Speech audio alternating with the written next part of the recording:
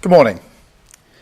The conflict in the Middle East has now entered a second month, and while we're working at pace for de-escalation and peace, it is now clear that the impact of this war will affect the future of our country. So today I want to reassure the British people that no matter how fierce this storm, we are well placed to weather it, and that we have a long-term plan to emerge from it a stronger and more secure nation. First, let me say once again, this is not our war. We will not be drawn into the conflict. That is not in our national interest.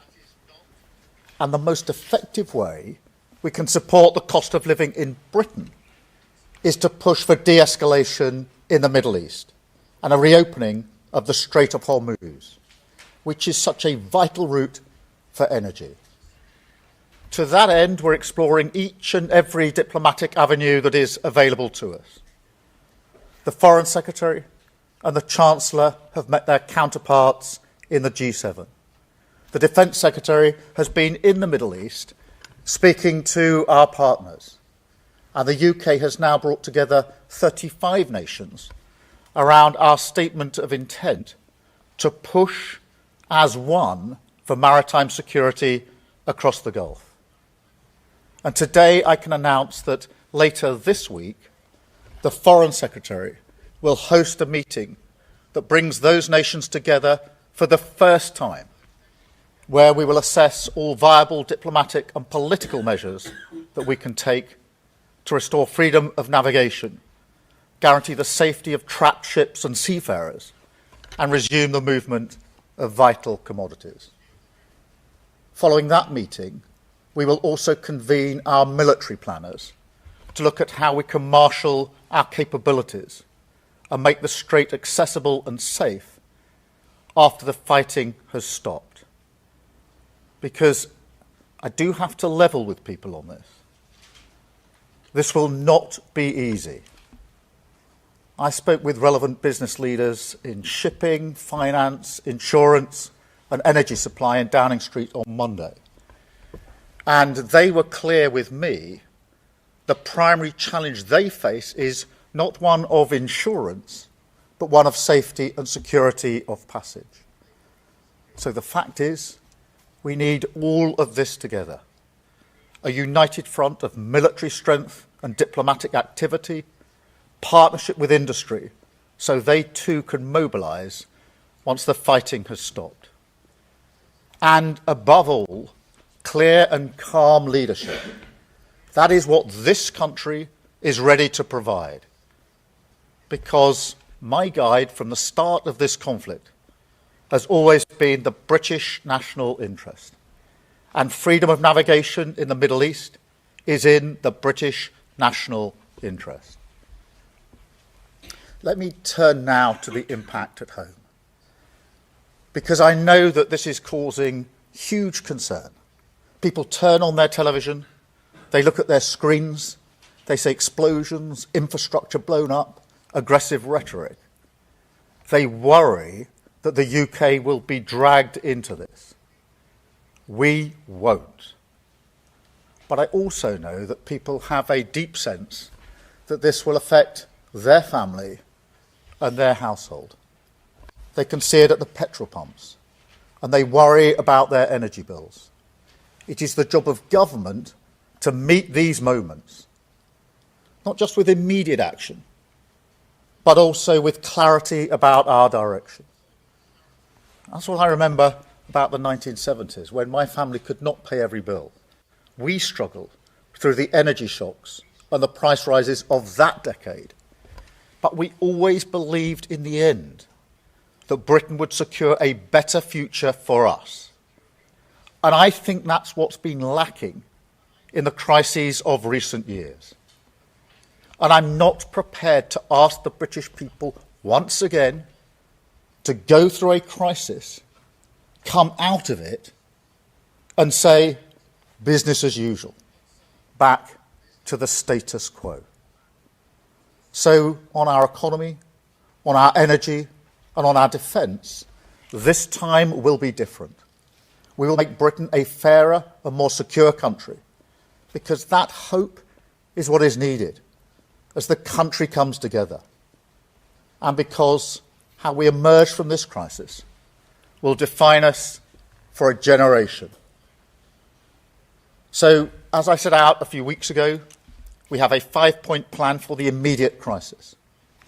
We're cutting energy bills by over £100 per household today. We've extended the cut in fuel duty until September, and we're monitoring that situation daily. We're supporting people exposed to heating oil rises, setting aside £53 million for that. We're taking back control of our energy security by investing in clean British energy, because that is the only way we get your bills off the roller coaster that is controlled by Putin and the Iranian regime. And frankly, I'm sick and tired of your energy bills fluctuating up and down because we're on the international market, when if we took control of our energy and had homegrown renewables, we could stabilise your bills. And finally, as I say, we'll continue to push for de-escalation in the Middle East. But look, there's also a bigger argument here, because every one of these measures is part of a long-term plan to make our country more secure and more resilient to shocks like this. I mean, just look at what's happening today. Today, your energy bills will be cut because of the action that we took at the budget. And whatever happens in Iran, that price is now fixed until July. Today, if you need a prescription, instead of rising as they used to, the price will be frozen for a year. Today, if you're working on the national living wage, your wages will go up. Next week, on Monday, the state pension will go up. Next week, the 2-child limit will be scrapped, lifting 450,000 children out of poverty, the vast majority from working households. And next week, the biggest strengthening of workers' rights in a generation will become law, a huge boost to the economic security of working people. Now, some people may say, this isn't new, this was already planned. To which I say, yes, that is my point. Everything I've done in politics, certainly since the Ukraine war in 2022, is a response to this new and dangerous world. We campaigned for a windfall tax on oil and gas companies, which we extended. We focused on the cost of living, and we acted at the budget. And we've always emphasised the need for clean British energy. And we've invested because we knew that making our country secure in this world was the ultimate test that we would face, and our ultimate responsibility to the British people. Now, it's not going to be easy, clearly. And in the coming weeks, as you would expect, we will continue to assess the economic effects.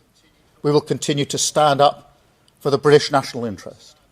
And we will continue to do what we must to guide our country calmly through this storm.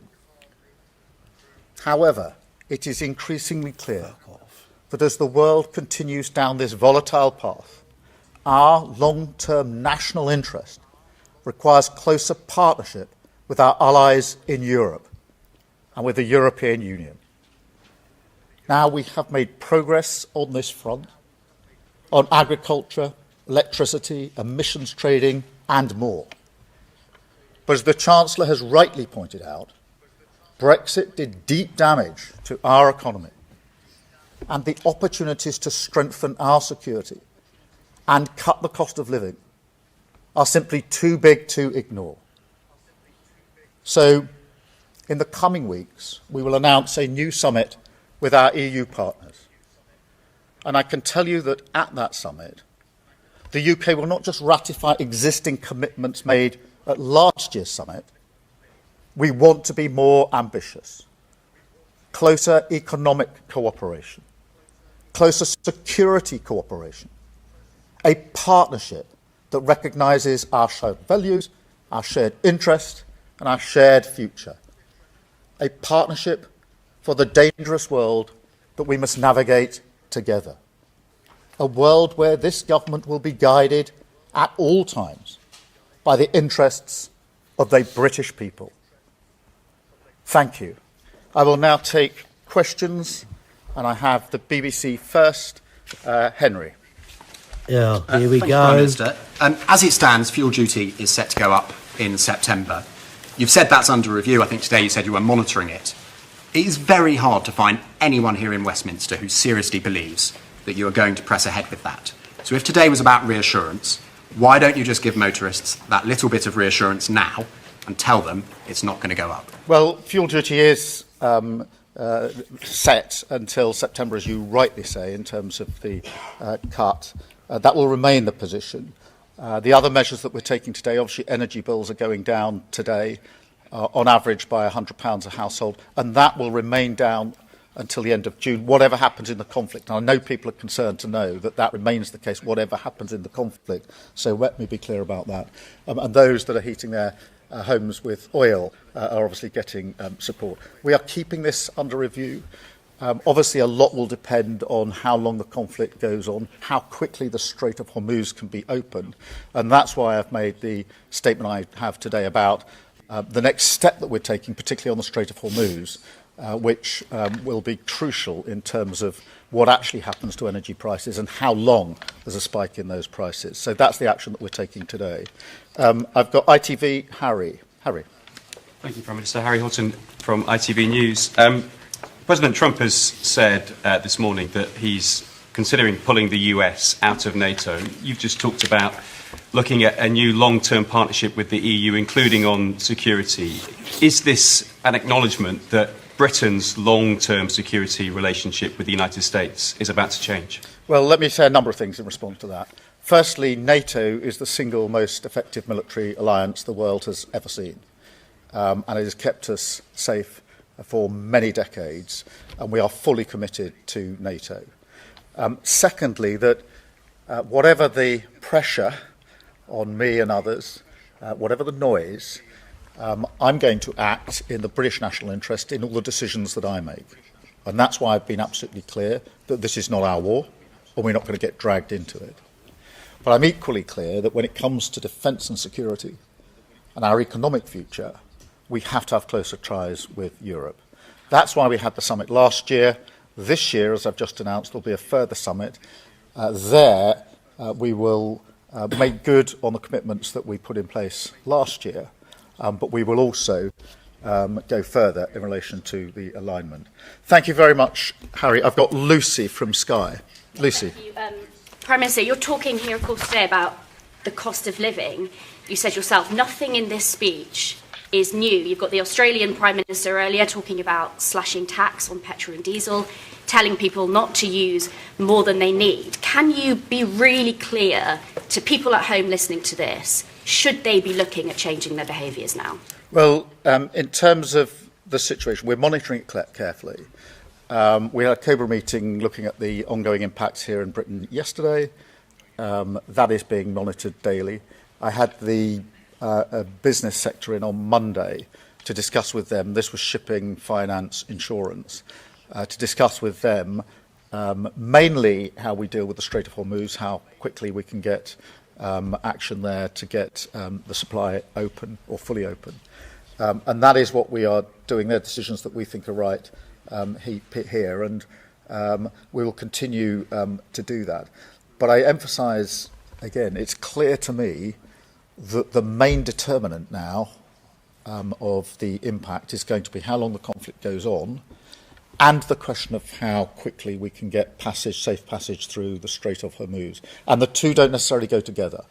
In other words, I don't think it can necessarily be assumed that a de-escalation of the conflict necessarily at the same time brings the full reopening of the Strait of Hormuz. And that's why we're moving to the next level of planning in relation to the Strait of Hormuz. We've been dealing with this for some time, but now we move to the next stage with the Foreign Secretary meeting coming up later this week, the first time we've convened that coalition, if you like, of countries to look at diplomatic means, political means, and then the military planners coming together at a separate meeting to look at capabilities.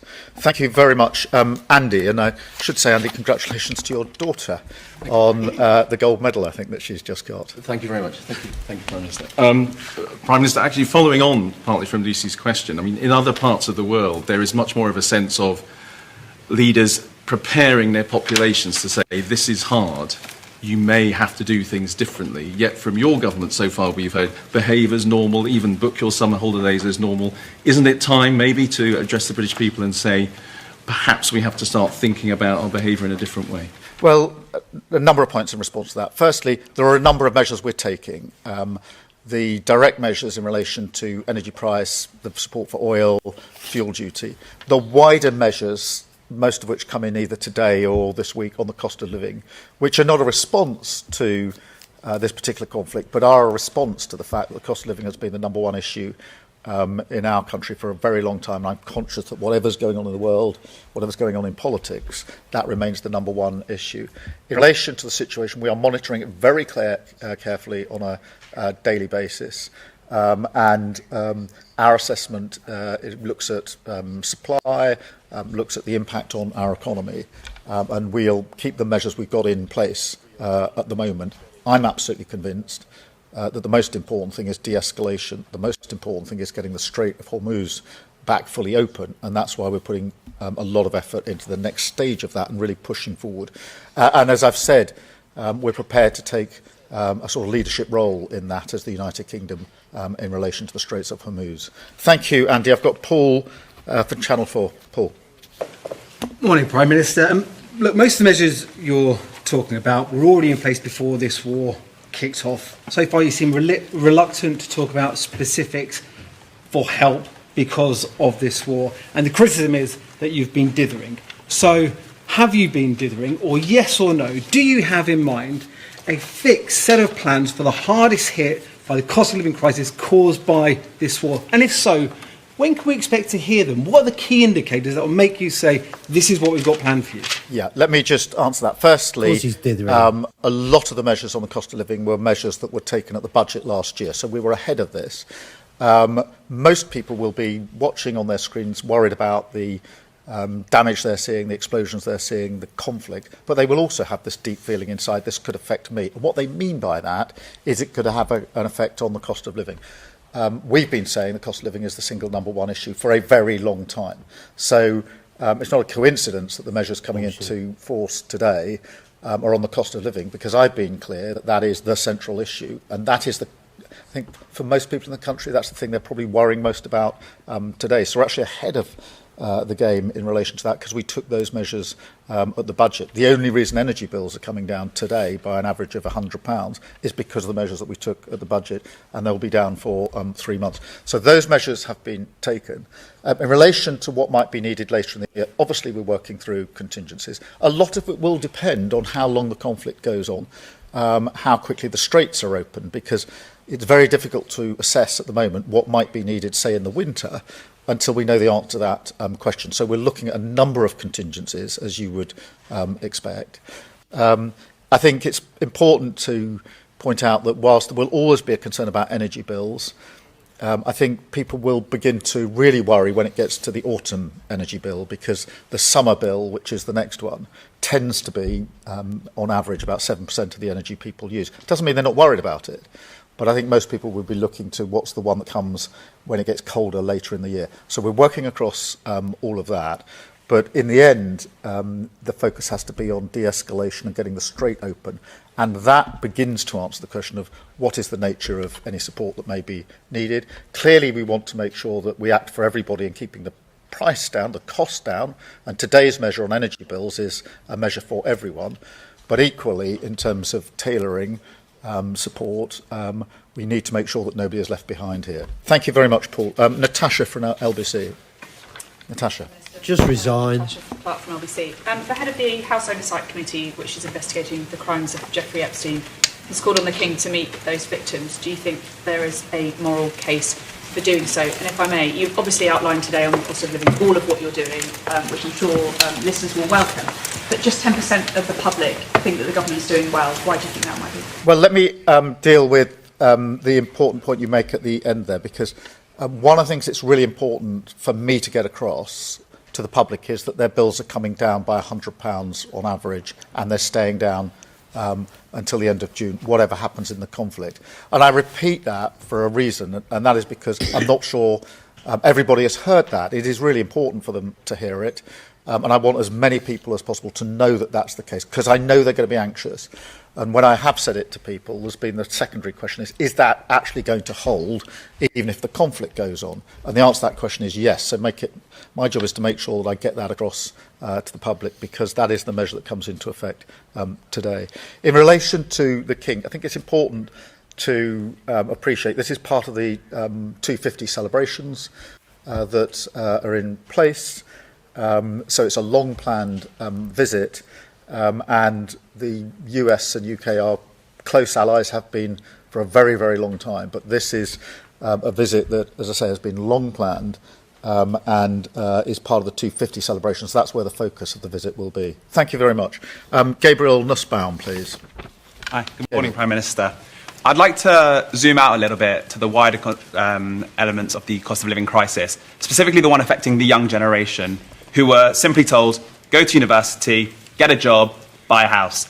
We see today houses on average 8 times salary, student loans, very relevant at the moment. Jobs are either unavailable for young people, or if they are, there's no security. The pension system compared to previous generations is completely different. Salaries not keeping up with the cost of living crisis, and childcare costs through the roof, putting people off or delaying starting families. I'd love to ask you to share a message to this young generation, perhaps more to look at an element of hope and confidence looking forward to the future. Yeah, well, let me give that, and let me tell our young people we've got their back. And all of the points you raise are really important, whether it's home ownership, where the average age of home ownership has gone up because of the inaction of the last government. That's why we're building more homes. On childcare, childcare is now free from 9 months to 4 years, makes a huge difference for young people with young children. In terms of the money it saves them, their ability to get back to work. And on that question of getting into work, we're putting in place what we call a youth guarantee, which is a strong support from the government to help people into work and support them into work, because all the evidence is if they are able to get into work, even for a relatively short period, the likelihood is that they will then go on from there with a secure job into the future. So all of those measures are in place. But it's really important you highlight the impact on young people, who I think will feel that they've been let down over the last decade and a half. And we need to put that right. Thank you very much. I've got Jessica from The Guardian. Let everyone down. Jessica. Morning, Prime Minister. I wanted to pick up some of what you said about close relationships with Europe. Do you believe, you said before that you don't think it's right for the UK to rejoin the customs union. Are we heading towards more of a rejoining of the single market? Is that something you think would improve Britain's economic future? Well, I do think that we should strengthen our cooperation on defence, security, energy, emissions and the economy. And on the economy, the steps we've taken so far have been in relation to the single market. And I'm ambitious that we can do more in relation to the single market, because I think that's hugely in our economic interests. Obviously, this is a matter of negotiation and discussion with the EU, but the summit we have this year will not just be a stocktake summit where we look at actually the 10 strands that we put in place last year. It will be a deliberate ambition on our part to go further than that and to cooperate more deeply, including in the economic sphere. So thank you, Jessica. I've got Jack from The Sun. Jack. Hi, Prime Minister. Jack Elson from The Sun. Can I just pick up on that point? Do your manifesto commitments not to rejoin the customs union, free movement or single market still stand? And you've previously said from this podium that you wouldn't be forced to choose between tethering Britain closer to either Europe or America, but it does seem that you are engaging with closer negotiations with Europe and you have a deteriorating personal relationship with Donald Trump. So is it fair that you are actually choosing Europe over America? Well, manifesto commitments remain. But we made it clear in the manifesto that we wanted a closer relationship with Europe. So that is perfectly consistent with our manifesto. I'm not going to choose, because I think it's in our interest to have a strong relationship with the US and with Europe. But I do think that when it comes to defence and security, energy, emissions and the economy, we need a stronger relationship with Europe.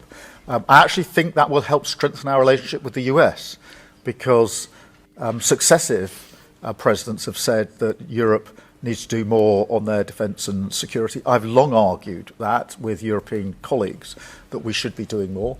And that's not just, for example, on defence spend, although it is on defence spend. It's also on how we spend, how we collaborate, cooperate. And that's why I've focused on deals, for example, that we've done with Norway in relation to frigates. Really good deal, very good for trade, very good for jobs in the Clyde, but really importantly, interoperability of the frigates. We can have our crews on their frigates, they can have their crews on our frigates. That, to me, is the future of a stronger European defence, which is bringing together the capability that we've had. So we don't just get each country developing its own capability. It's an ongoing discussion. I spoke at the Munich conference about it.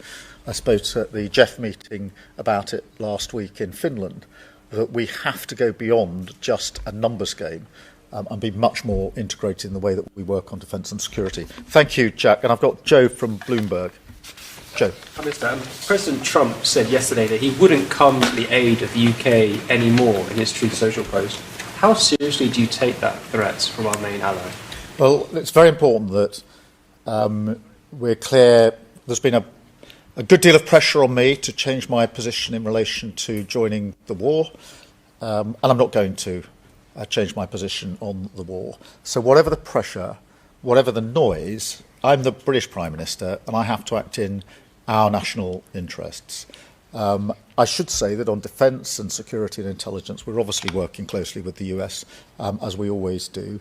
And in relation to the planning on the Strait of Hormuz, of course, that involves talking to the Americans as well. So, as I say, whatever the pressure, whatever the noise, my job is, as British Prime Minister, to concentrate on what's in the British national interest. That's what's guided me through this conflict so far. It will continue to guide me as we go forward. Thank you very much indeed. Thank you.